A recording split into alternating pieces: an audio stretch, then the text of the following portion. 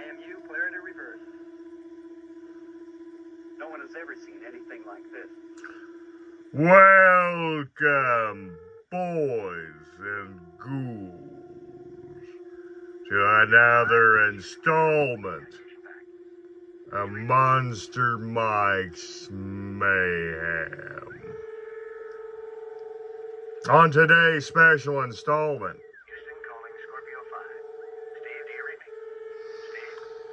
we are talking about the 1970s cult classic, the incredible Mandle.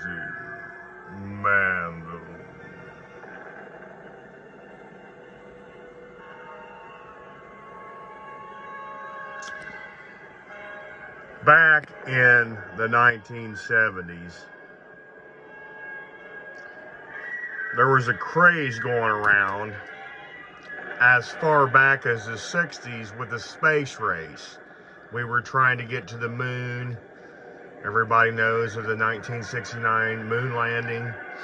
And back in the day, the whole craze in the 60s and early 70s was space exploration.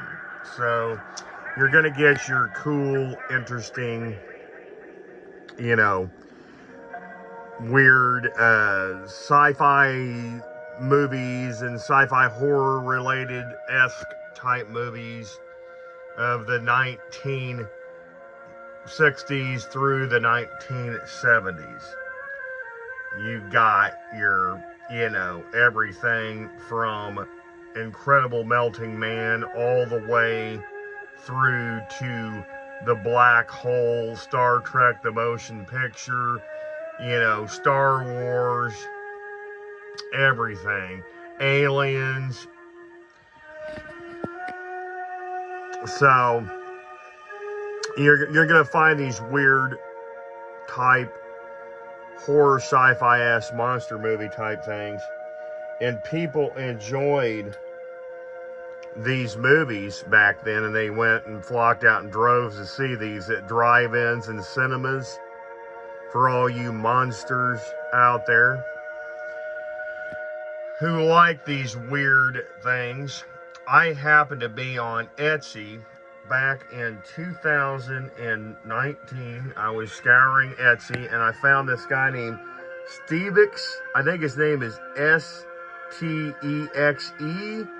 I think that's how you pronounce his name. I'm sorry if I'm screwing his name up, but he produces really cool 1950s, 60s, and early 70s weird, crazy, strange toys. Just like the incredible melting mandle in front of you. It's play on words like a candle, but you literally light the top of his head and he starts to melt, just like the melting man in the film, the incredible melting man. Very interesting, cool way of thinking. I never would have thought of something like that. This little figurine melts, and the melt is actually a red blood color. So when it comes off his face, his whole face starts to melt all down his body, and it turns into like a bloody goo, just like in the movie. Very ingenious guy. I mean, this guy was very ingenious. I had to grab one. If I remember correctly,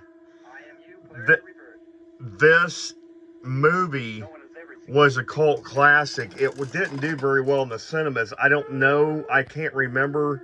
I was around back then. I just don't really remember how good it did. I do love the movie. I do love everything about it. I've been a fan of the Melting Man, Incredible Melting Man, for years. They've made some knockoffs of it over the last 25, 30 years. It's kind of strange, but I've always had a fascination with the movie. I've always been hunting and eluding me for 30, 35 years. I'm a mask and prop collector, and I cannot find an original Don Post 1970 The Incredible Melting Man mask. Now, this was the work of Rick Baker. This guy did a hell of a job.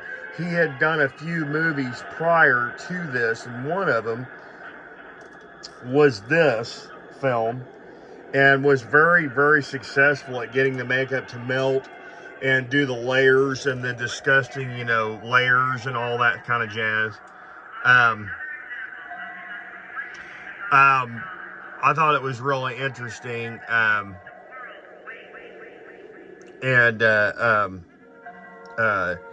I had seen some of his other creations, and one of them was called the Octoman.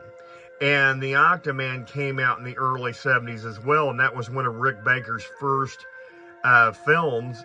Just a little tidbit for all you monsters out there in Monsterland.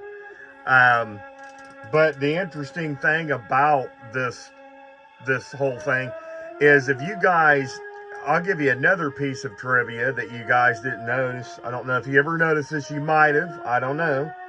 Next time you watch the cult classic Fright Night, look and see at the end of the movie what he's watching. If you watch the end, you'll see Peter Benson, and Charlie is watching an old horror movie on TV, and Peter is hosting it. And you'll see this creature come out from behind a camper, and he's attacking this dude. That is none other than the 1970s classic Octoman. And they just dubbed it like some other film so they wouldn't get in trouble. But that was Rick Baker's, one of his first appearance films that he did the makeup on. And that's just a little tidbit for all you monsters out there. So, you can recently, I just checked the site, and you can go on Etsy to Stexe and buy this beautiful piece in front of you. It's still available on Etsy. The Incredible Melting Mandle. He's bagged and tagged, and he's only, I'd say, you can see my hand, he's probably 3 3/4 inch. He's just a little candle, but he's really interesting and fun to add to your little monster collection. So if you guys like these videos, please like and subscribe. And until next time, kiddies, stay tuned and get monster-fied.